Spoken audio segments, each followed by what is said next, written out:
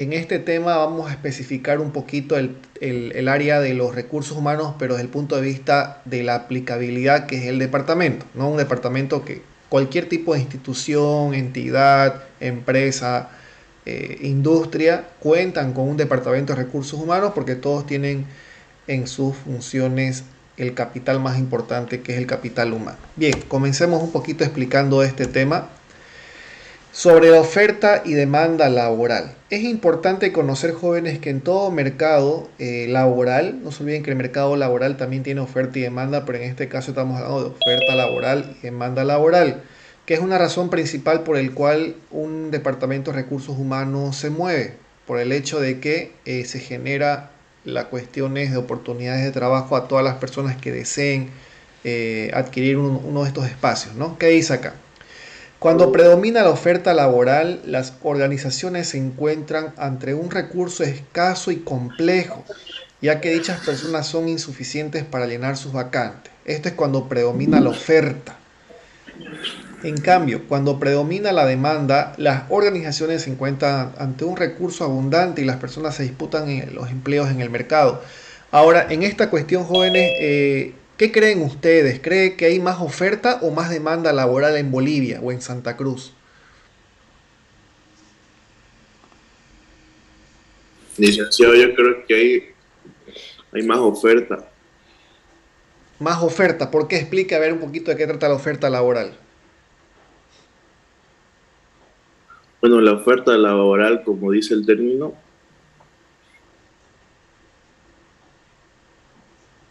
como funcionario, trabajador, cualquier persona apta para trabajar, ¿no? Y en este Álvaro, caso, un detallito importante, no se sí, olvide que todas las materias que usted lleva en la universidad lo ve desde el enfoque del empresario. Cuando usted habla de oferta laboral, significa la oferta que usted como Álvaro y asociados ofrece al mercado para poder contratar trabajadores. Hay que tomar en cuenta.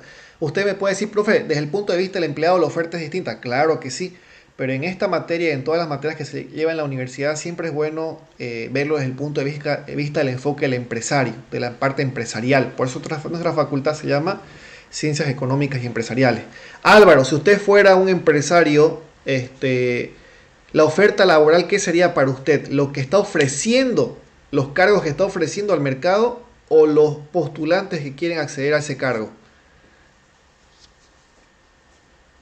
sería lo que se ofrece para los postulantes. Ahí está correcto, Álvaro. Entonces la demanda para usted como empresario son todos los postulantes, la demanda, sus clientes internos. Entonces, eso lo que Álvaro estaba definiendo hace un momento era desde el punto de vista del cliente. Claro que sí. Usted creo que llevó microeconomía, si no me equivoco, Álvaro, y ahí vemos, por ejemplo, el tema de la competencia perfecta. En microeconomía lo vemos desde el punto de vista del consumidor y el productor, ¿no? Aquí también desde el punto de vista del empleado y el empresario, pero siempre basémonos en el punto de vista empresarial. En este caso, la oferta laboral, Álvaro, se refiere a las ofertas de espacios laborales que brinda una empresa o una institución al mercado, que por lo general son escasas. Lo que existe en Bolivia y en Santa Cruz es la sobredemanda de trabajo. ¿Qué significa eso? Que hay demasiados postulantes para un solo cargo.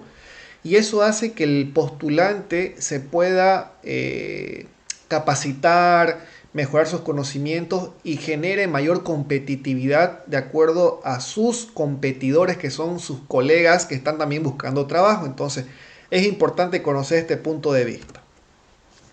Ahora, ya que estamos hablando de oferta y demanda laboral, es importante conocer la tasa de desempleo. Quiero que queden claros, jóvenes, que entre oferta y demanda lo que más abunda es la demanda laboral, lo que más escasea es la oferta laboral. La demanda son las personas que buscan trabajo y la oferta son las empresas que brindan oportunidades de trabajo a las personas. No solamente sucede en Bolivia, sino en todas partes del mundo, ¿no? Por el exceso y la sobrepoblación a nivel mundial. Y también, conforme pasa el tiempo, existe mayor cantidad de personas capacitadas. Bien, la tasa de desempleo. La tasa de desempleo tiende a ser mayor donde la educación es más deficiente.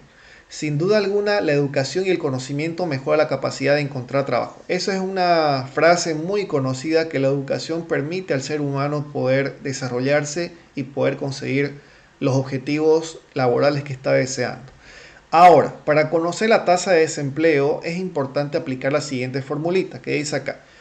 Tasa de desempleo igual las personas en busca de trabajo, que le vamos a llamar la variable Q, sobre las personas con trabajo más las personas en busca de trabajo, la misma variable. Si usted dice acá aplicando matemáticas básicas, simplificar persona con persona, o sea, Q con Q, no se puede. ¿Por qué? Por culpa de este signo positivo. Cuando es suma, no se pueden simplificar variables. Si fuera multiplicación, claro que sí, pero en este caso suma, no se puede simplificar. Entonces, en este caso, ¿qué tendríamos que hacer? Obviamente que la respuesta va a ser en términos porcentuales, por eso multiplicamos por 100. Pongámosle un caso, las personas que buscan trabajo en Santa Cruz son 100 personas, ¿no?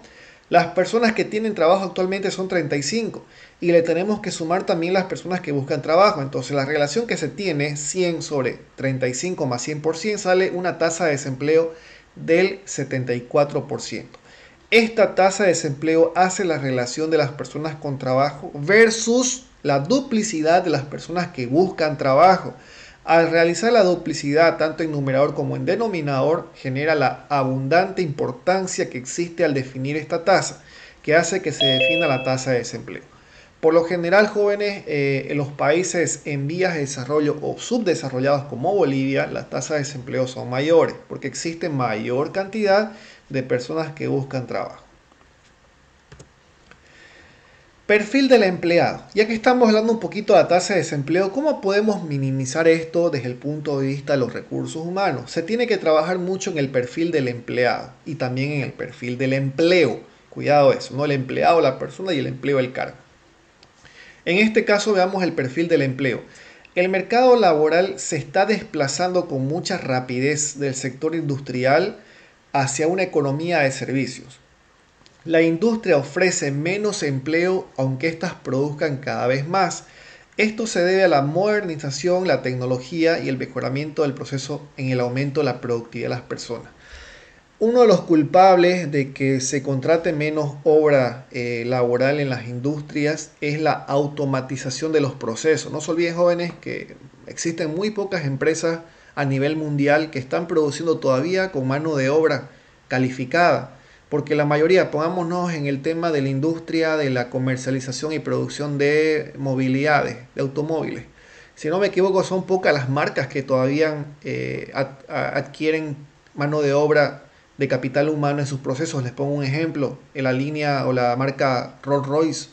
La marca Rolls-Royce es todavía tradicional en cuanto a sus procesos, pero pongámosle otra de mayor volumen de ventas, como por ejemplo Toyota, Chevrolet, etcétera, y están automatizando sus procesos un 75%. Eso significa que se está reemplazando a la máquina por el recurso humano.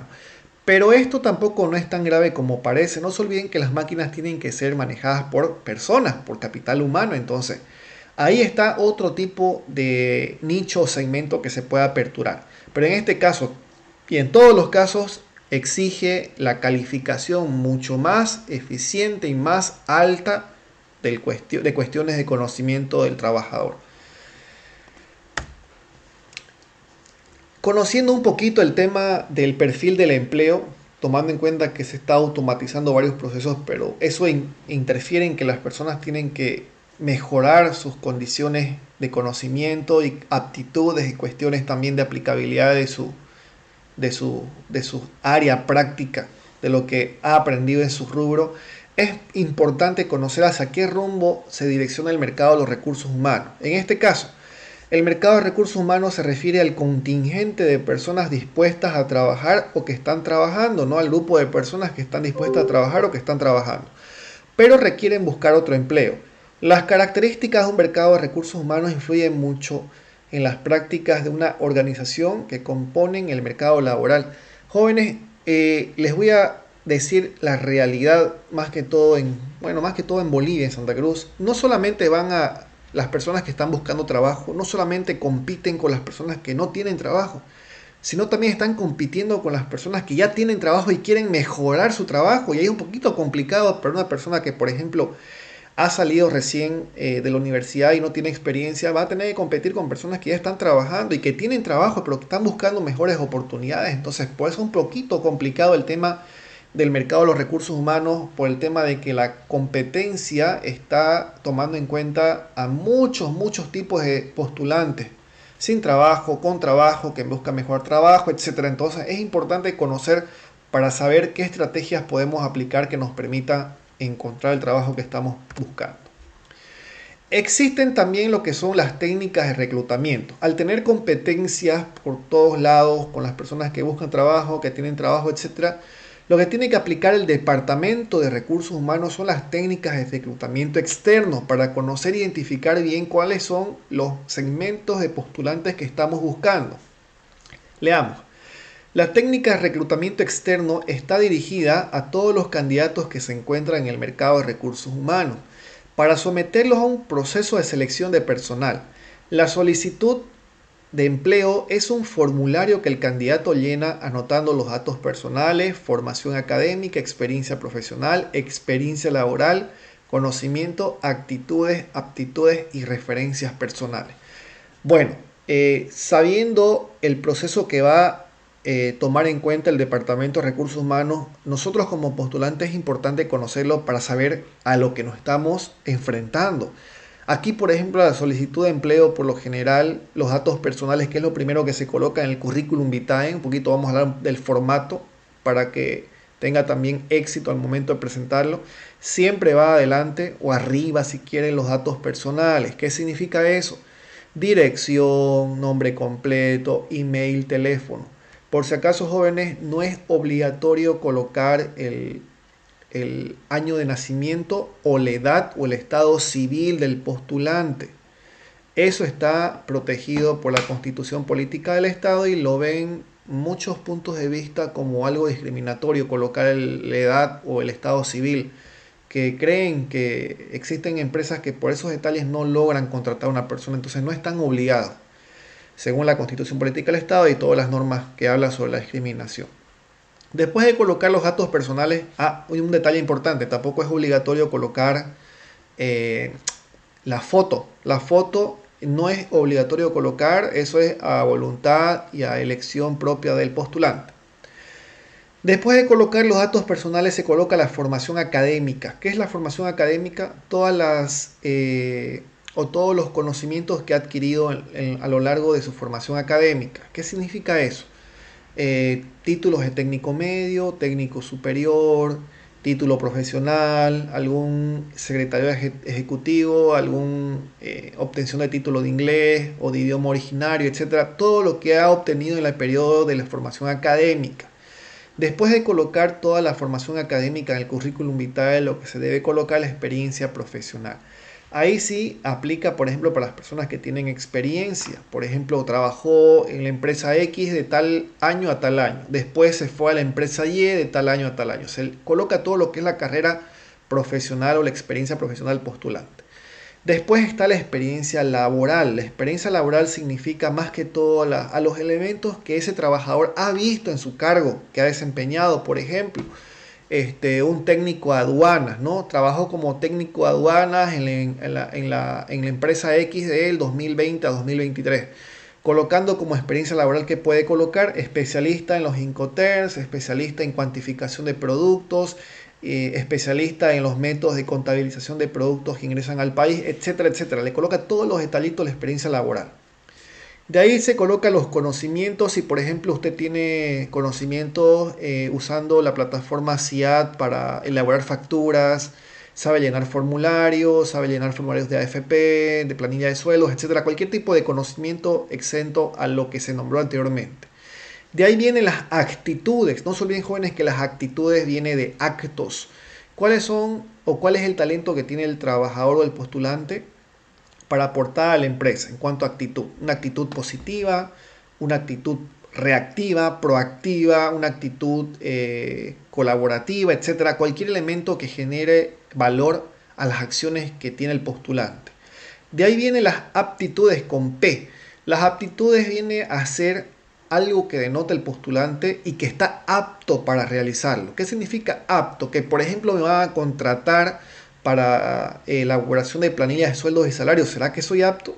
tengo conocimiento de la Ley General del Trabajo, tengo conocimiento de las normativas de elaboración de planilla, o sea, la aptitud que tiene el trabajador en cuanto a conocimiento técnico. Y por último están las referencias personales, que eso no es menos importante. Si usted ha adquirido experiencia laboral y también experiencia académica, o si conoce alguno de sus profesores, inclusive, yo creo que los docentes en la universidad son una muy buena referencia personal, porque un docente llega a conocer en los 4 o 5 meses que lleva una materia, conoce en el tema de la responsabilidad, la puntualidad, el compromiso que tenga un estudiante. Entonces yo creo que es muy buena elección colocar como referencias personales a los profesores en el caso que usted no haya tenido experiencia laboral. Si haya tenido experiencia laboral, yo creo que lo más conveniente es colocar como referencia al jefe inmediato superior o al gerente de la empresa, que eso es una muy buena referencia que pueden dar al momento de presentar un currículum vitae. Bien, hablando un poquito ya cuando estamos hablando del tema del currículum vitae, no se olvide que el currículum vitae es una representación de todos los logros que pudo obtener un trabajador a lo largo de su vida académica y profesional. Pero todo esto se basa en la pirámide de Maslow. En la pirámide de Abraham Maslow, que seguramente lo vieron en la materia de Administración 100, habla sobre 5 niveles de satisfacción que tiene el ser humano. No se olvide que esta materia se llama Gestión del Talento Humano.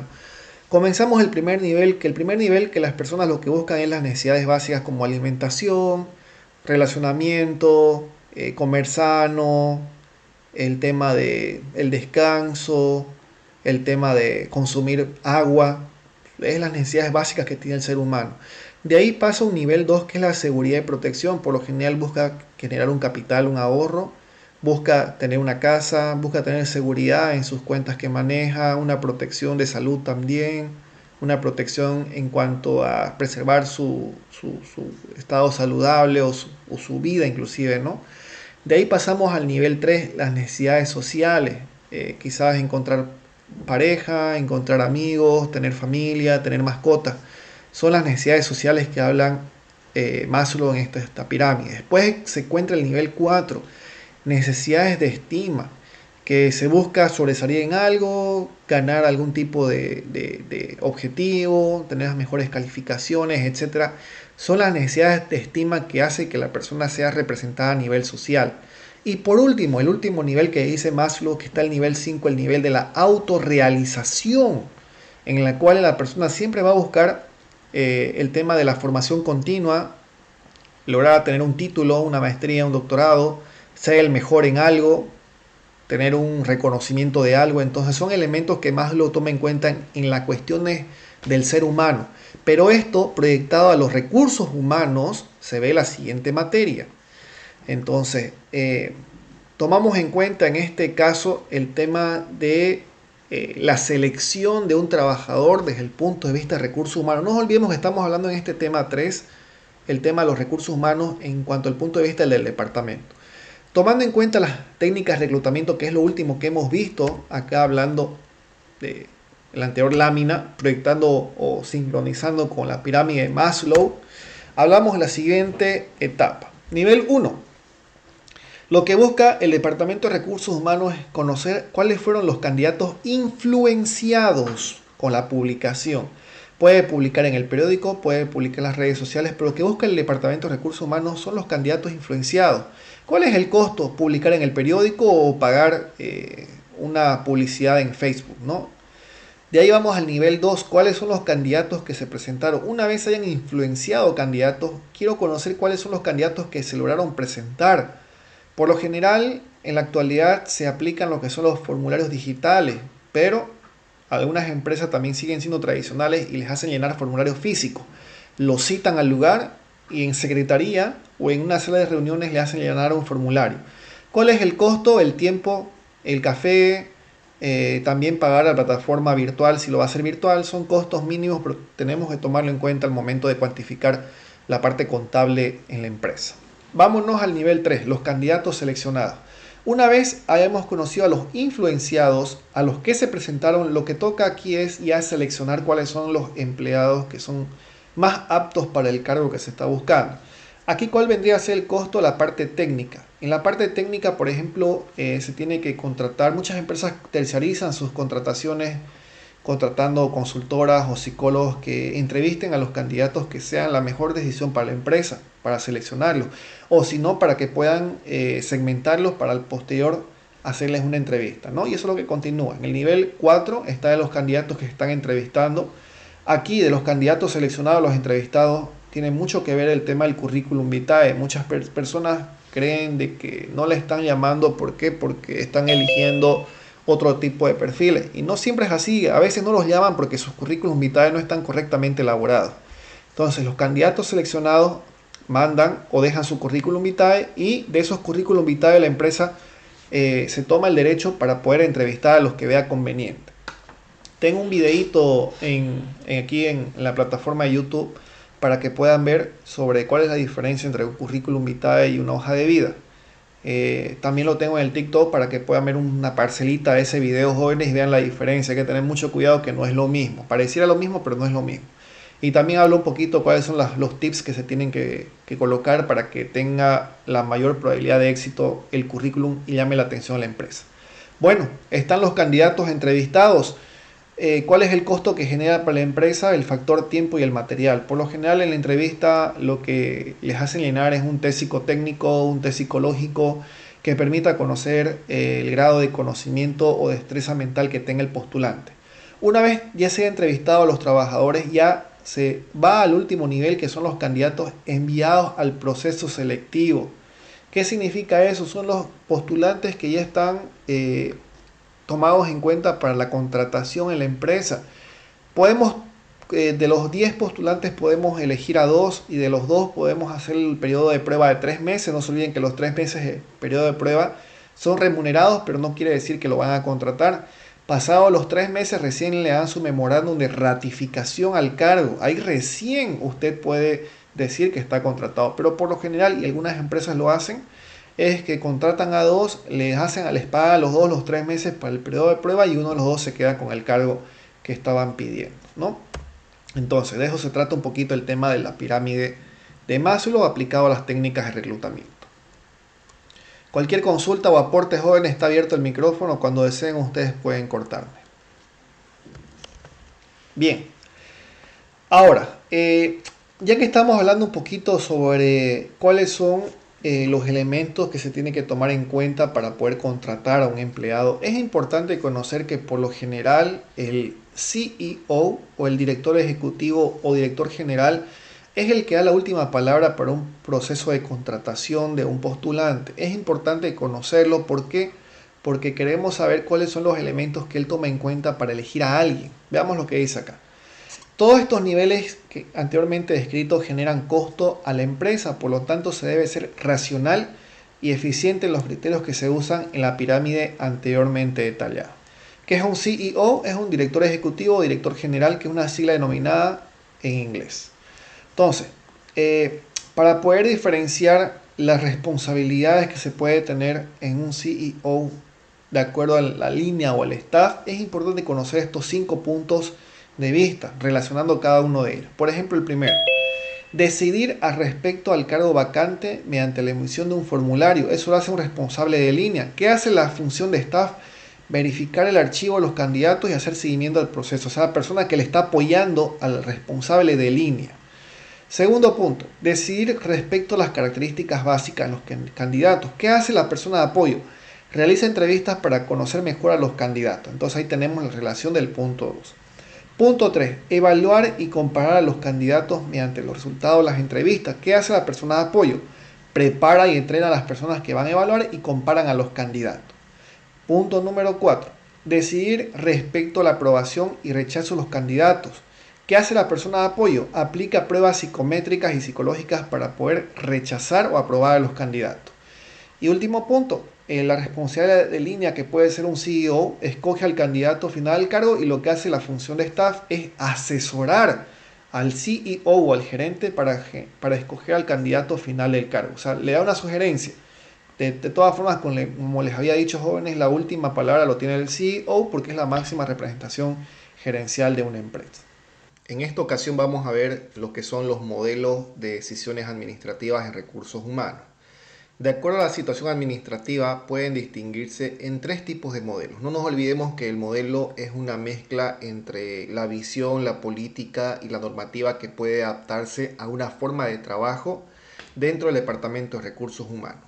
El primer modelo habla sobre un modelo de admisión forzosa que se refiere a que el candidato presentado debe ser admitido sin que haya la posibilidad de rechazarlo. Ejemplo, carta de invitación como los directores técnicos.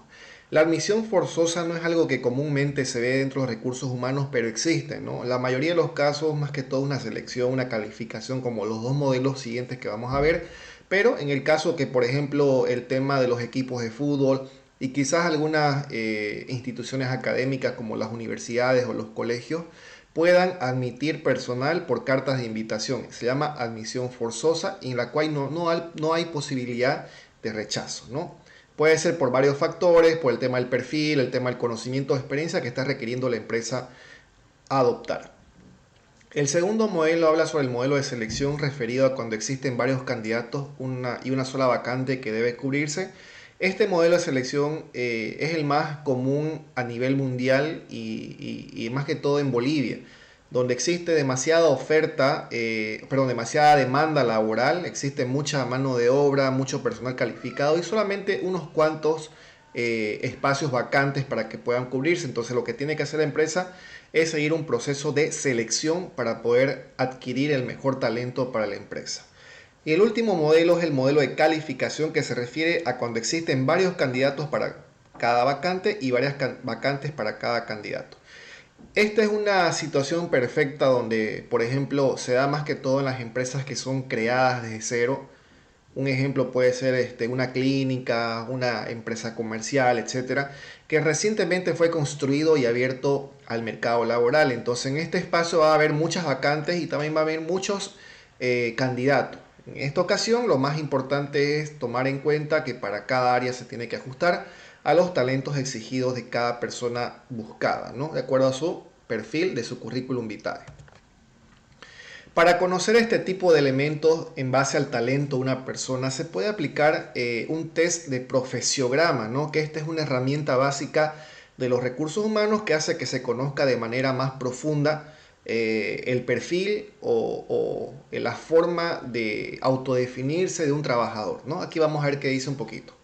También llamado profesiográfica, esto significa que la información del cargo, el puesto laboral y el perfil de su ocupante se transforma en una ficha de especificaciones, en la cual debe estar detallados los atributos psicológicos y fisiológicos necesarios para desempeñar el cargo considerado. Qué importante es lo que dice acá, en la cual se tiene que tomar atributos psicológicos, el tema de la mentalidad, el tema de lucidez mental que tiene un trabajador o un postulante.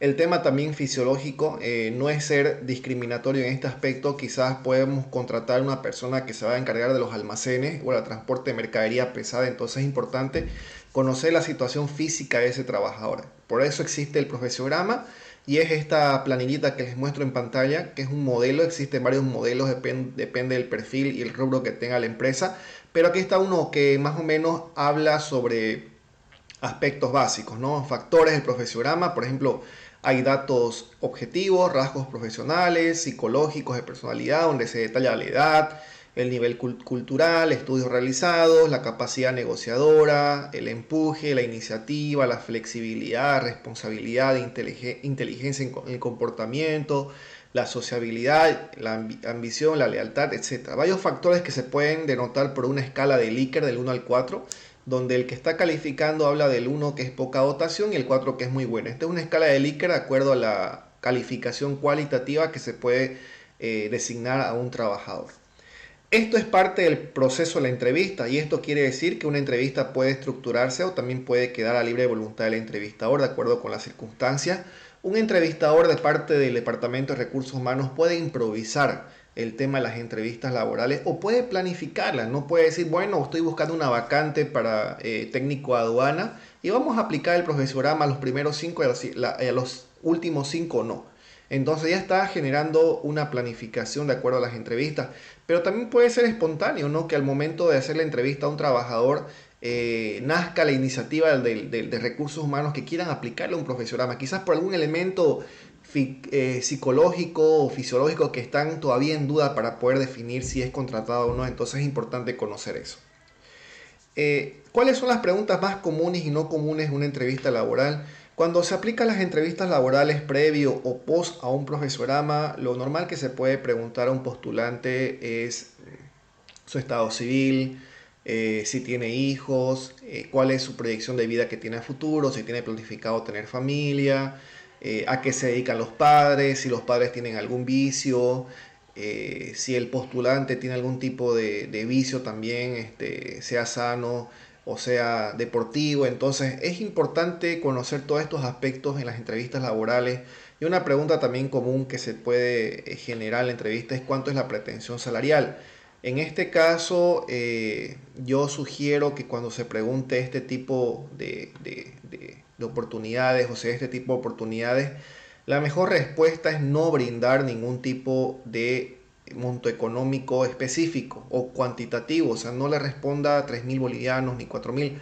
Ahí yo les sugiero que se mantengan fuertes en su posición y respondan de acuerdo a las responsabilidades que puede generar el puesto laboral o la postulación. Siempre es bueno dejar abierto. Quizás el entrevistador le sigue insistiendo, ¿no? Le pregunte y le diga, ¿no? Por favor, deme un dato numérico de tal monto a tal monto y cuánto le gustaría ganar. Y en esa situación yo sugiero que se paren fuerte y sigan manteniendo su posición en no brindar ningún dato económico numérico, sino cualitativo, ¿no? Diciendo, yo voy a ganar respecto a las responsabilidades que se me asignen de acuerdo a la escala salarial que maneje la empresa. Entonces, una respuesta muy bonita para no cerrar las oportunidades, porque si dan un monto muy bajo y la empresa planificaba pagarle más que ese monto que usted dijo, le va a pagar el monto que usted dijo porque le conviene a la empresa ahorrar unos buenos pesos. Pero si usted, por ejemplo, dice un monto súper distante o elevado a lo que quería pagarle a la empresa, lamentablemente la empresa lo va a descartar, ¿no? Entonces son elementos que hay que jugar en el momento preciso, al momento de generar la entrevista laboral. Bien, ¿cuáles son? Aquí abajo dice, ¿no? ¿Cuáles son las clases de entrevistas que se pueden elegir o aplicar? Son 4 las que se sugieren. En el tipo de las entrevistas estamos hablando en este caso. La entrevista totalmente estructurada, que es la que tiene un guión preestablecido y se la aplica para obtener respuestas definidas o cerradas. El segundo tipo, entrevistas parcialmente estructuradas, son aquellas que tienen preguntas elaboradas pero que se permiten respuestas abiertas. Tercero, entrevista dirigida. Es aquella entrevista que determina el tipo de respuesta deseada. Y por último está la entrevista no dirigida, es aquella entrevista que es totalmente libre y no especifica ninguna pregunta o respuesta requerida. El entrevistador al momento de conversar con el postulante puede hacer cualquier tipo de entrevista como estamos indicando, ¿no? Puede hacer una pregunta dirigida, qué sé yo, por ejemplo, la empresa se dedica a la comercialización de helados, entonces usted está de acuerdo con el clima cálido de Santa Cruz, entonces es una pregunta más o menos dirigida. Qué difícil va a ser responderle que está en desacuerdo. ¿Por qué? Porque a la empresa le conviene los climas cálidos porque es donde incrementa mayormente sus ventas de helados, ¿no? Entonces, es de acuerdo a la situación en la cual usted se tiene que manejar, porque la entrevista laboral es como un juego de ajedrez. Hay que ver qué fichas maneja la persona que le está entrevistando para que usted pueda responder a esos movimientos en cuanto a la estrategia de la comunicación. Seguimos en el tema de las entrevistas. Hemos hablado también un poquito en el tema del profesorama, y también hay otras herramientas dentro de los recursos humanos que se aplican al momento de conocer a un postulante, que están las pruebas psicométricas y pruebas de capacidad. Vamos a ver qué dice acá. Las pruebas psicométricas focalizan principalmente las aptitudes y sirven para determinar en qué cantidad está presente en cada persona. No nos olvidemos que la aptitud se refiere a los conocimientos, la destreza académica o profesional que tenga un postulante. Apto. Un postulante es apto cuando tiene conocimientos de lo que se está requiriendo en el puesto, ¿no? Esto con el objetivo de prevenir el comportamiento de dicha persona en determinadas situaciones de trabajo. Es importante que el trabajador tenga una aptitud con conocimientos laborales para que sepa desempeñarse de acuerdo a las situaciones que se puedan dar dentro de un espacio laboral. En cambio, la prueba de conocimiento o capacidad mide la habilidad con el objetivo de ofrecer un diagnóstico futuro del potencial del trabajador. no solamente a la empresa le permite o le sirve o le ayuda a conocer la situación actual de un trabajador, sino cuál es su potencial, a qué apunta, cuál es su objetivo, cuál es su visión. Entonces es importante conocer eso con una prueba de capacidad, ¿no? En la prueba psicosométrica, como está ahora, es para conocer la actualidad del trabajador, y la prueba de capacidad es cómo es desarrollado su potencial a futuro de ese trabajador. Las técnicas de simulación, esto es sumamente interesante. También denominado técnica de simulacro laboral, y se refiere a dramatizar una escena en la cual se simula una situación laboral para conocer de mejor manera al trabajador y al papel que desempeña en una circunstancia dada. Esta técnica proporciona la retroalimentación del trabajador, y dicha técnica tiene que ser aplicada por un psicólogo o un especialista. Es importante aplicar la técnica de simulación más que todo para conocer de manera como un simulacro la situación laboral, cómo se está desempeñando un trabajador, una simulación, un simulacro de una atención laboral, una atención al cliente, una importación de mercadería, etcétera. Para eso existe la técnica del cliente X. ¿Qué significa esto? Es el cliente falso. Las empresas envían al cliente X para ver el desempeño de acuerdo a una circunstancia dada.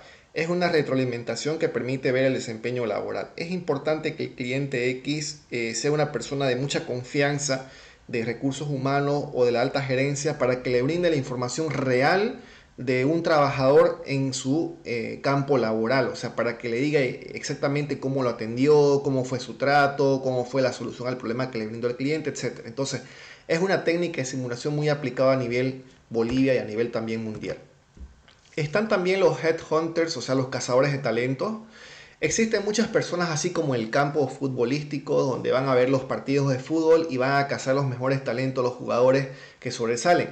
También sucede esto en Bolivia y en todas partes del mundo. Hay personal técnico de recursos humanos que visitan las empresas competidoras o las empresas que ofrecen un producto sustituto al que ofrecemos nosotros, con el fin de conocer talentos que están siendo desarrollados en otras empresas y poder traerlos a la empresa que las cual están requiriendo. Entonces, a esto se los llama headhunters o cazador de talentos.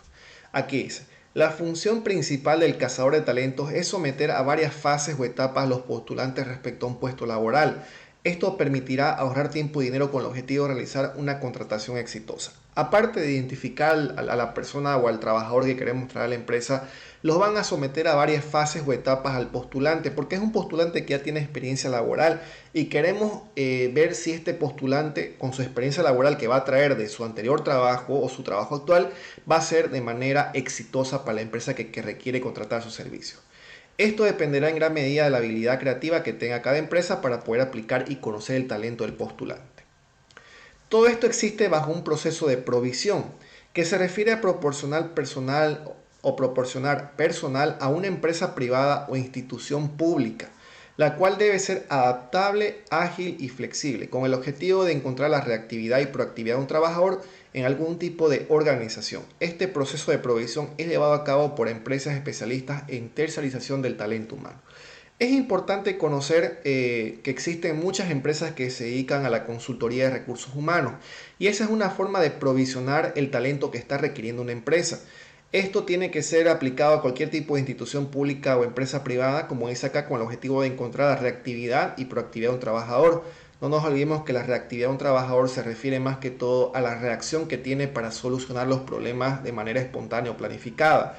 Y la proactividad de un trabajador se refiere más que todo a la capacidad que tiene para poder adaptarse a equipos de trabajo que se conformen en el lugar donde trabaja, ¿no? Esto es importante para que se pueda generar talento humano dentro del funcionamiento regular de una empresa. ¿Cuáles son los componentes de la cultura organizacional? Al momento de provisionar trabajadores por las técnicas de provisionamiento, sea o no una empresa que está brindando tercerización de talento humano, o sea la propia empresa que busque el talento humano, es importante conocer y establecer los componentes de la cultura organizacional que tiene cada empresa o cada institución. Aquí dice: en el estudio de las organizaciones, la cultura equivale al modo de vida de dicha organización. Miren qué interesante, la cultura es el modo de vida que tiene una empresa, tomando en cuenta todos los aspectos esenciales como las ideas, las creencias, las costumbres, las reglas, las técnicas, etc. La cultura organizacional o cooperativa muchas veces expresa la manera de negociar, hacia como también el trato del cliente externo con el cliente interno. No olvidemos que el cliente externo es el cliente que viene a adquirir nuestros productos o servicios, el cliente interno es el propio trabajador que tiene la empresa. Es por eso que algunas empresas son conocidas por sus peculiaridades.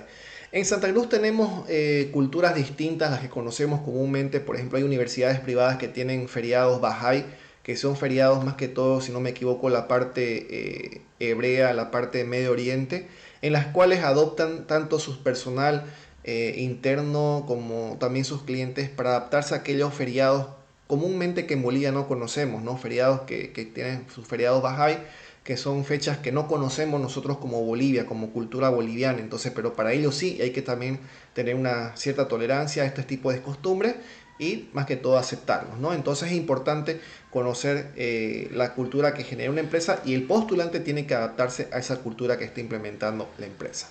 Aquí como trabajo tenemos la siguiente pregunta: ¿qué empresas tercerizadoras de talento humano existen en Bolivia? Existen muchas empresas de tercerización del talento humano, por ejemplo, Faro Consultores, Consulten Recurs, el Faro también, varias empresas que ahorita no se me vienen a la mente, pero existen muchas empresas que tercerizan personal de recursos humanos o personal para recursos humanos en las distintas áreas. ¿Qué significa eso? Estas consultoras trabajan como una agencia de empleo, identifican los mejores currículums para cada área, le hacen una prueba psicométrica o una prueba de evaluación de desempeño, etcétera, para conocer el perfil y adecuarlo a lo que está buscando la empresa. O sea, terciariza. Ellos garantizan que el trabajador que va a ser postulado a una empresa es el que está requiriendo la empresa. Con esto a la empresa le hace ahorrar dinero y tiempo. Entonces es importante también conocer, y me gustaría que por favor investiguemos qué empresas tercerizadoras de capital humano o recursos humanos existen en Bolivia. Siguiendo un poquito con el tema de la cultura organizacional, es importante conocer los tres niveles que existen. Existen tres niveles que afectan a la cultura de cualquier tipo de organización, ya sea empresa privada o institución pública. Una de ellas son los artefactos, que son los elementos concretos de un trabajador, lo cual ve, oye y siente en su organización. También como una persona, cómo viste, habla y se comporta. Entonces muchas empresas, por ejemplo, colocan un tipo de música ambiental en la empresa o les dice que se vengan con algún tipo de indumentario, traje o color de ropa para que pueda ser el uniforme en la empresa. Esto es totalmente independiente por cada tipo de empresa y es afectado por la cultura organizacional. Después se habla sobre los valores compartidos, que son los valores creados originalmente por los funcionarios de una organización. Entonces puede ser que los trabajadores vengan con una cultura ya formada en sus familias, etcétera, en la cual la empresa va a tener cierta tolerancia con ellos, no va a tener su cierta tolerancia y los va a poder adaptar a las culturas que tiene también la empresa. Algo flexible que puede generar un consenso entre el trabajador y la empresa.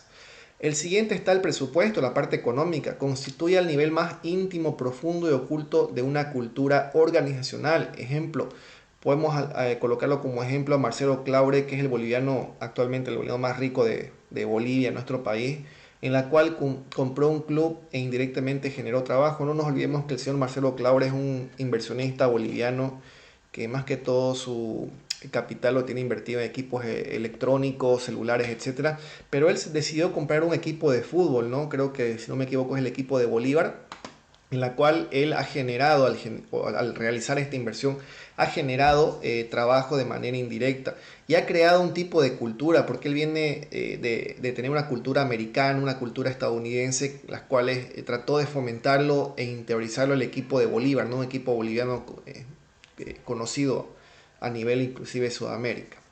¿Cuáles son las características de una cultura exitosa? Las organizaciones exitosas están adoptando culturas no solamente flexibles, sino también sensibles, para adaptar las diferencias sociales y culturales de sus empleados, en especial cuando actúan en términos globales y competitivos, expandiéndose por varias partes del mundo. Es importante que la cultura dentro de una organización se vea como algo exitoso, algo que sea ejemplar para otro tipo de organizaciones, porque inclusive cuando una organización ve una cultura fuerte y sólida, lo que hacen es adaptarla a su forma de trabajo o absorberla o imitarla, si quiere decirle, porque quieren llegar a ser como los líderes del mercado. Aquí hay un aspecto importante que vamos a hablar sobre el tema de la identidad corporativa, la parte visual, etcétera. Y es importante responder esta pregunta. Dice, ¿no? ¿Se podrá cambiar la cultura organizacional de una empresa? La respuesta es sí, pero el cambio cultural es un proceso lento, medido en años y no en meses, y se debe tomar en cuenta las siguientes sugerencias. Número uno, los gerentes deben asumir los papeles positivos en el tono de su conducta. Importante que los gerentes, de acuerdo a su conducta, vayan adaptando a la nueva cultura que quieren implementar.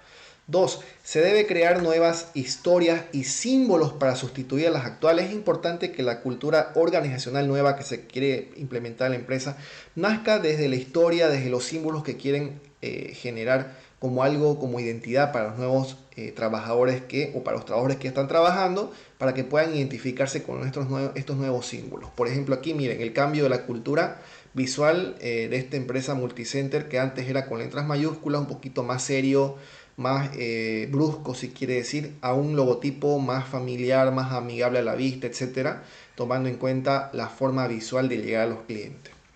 Punto 3. Sí se puede cambiar la cultura, pero hay que promover y apoyar a los empleados para que adopten nuevos valores. Es importante tener una tolerancia flexible con los trabajadores, porque el cambio de cultura no es algo brusco, no es algo que se puede cambiar de la noche a la mañana. Es importante tener un proceso lento, pero a la vez de manera incrementarlo de manera paulatina o adaptarlo de manera paulatina al funcionamiento diario que tiene una empresa. Número 4, sustituir nuevas leyes o nuevas normas y generar normas innovadoras. No se olviden que la cultura organizacional que se está implementando también va a generar nuevas leyes internas, nuevas normativas internas o leyes adaptativas a la nueva cultura, la cual tiene que ser sustituido de manera gradual. Y por último, la creación de un clima con alto nivel de confianza. Es importante hablar de manera sincera con los trabajadores y explicarles el cambio del logotipo, el cambio de la visión, etcétera, para que ellos también se sientan identificados en la toma de decisiones y se sientan parte de la toma de decisiones que tengan la alta gerencia de la empresa. ¿Cuáles son los elementos de un programa de socialización de una nueva cultura? Es importante conocer cuáles son los elementos que se deben tomar en cuenta al momento de comunicar o socializar una nueva cultura.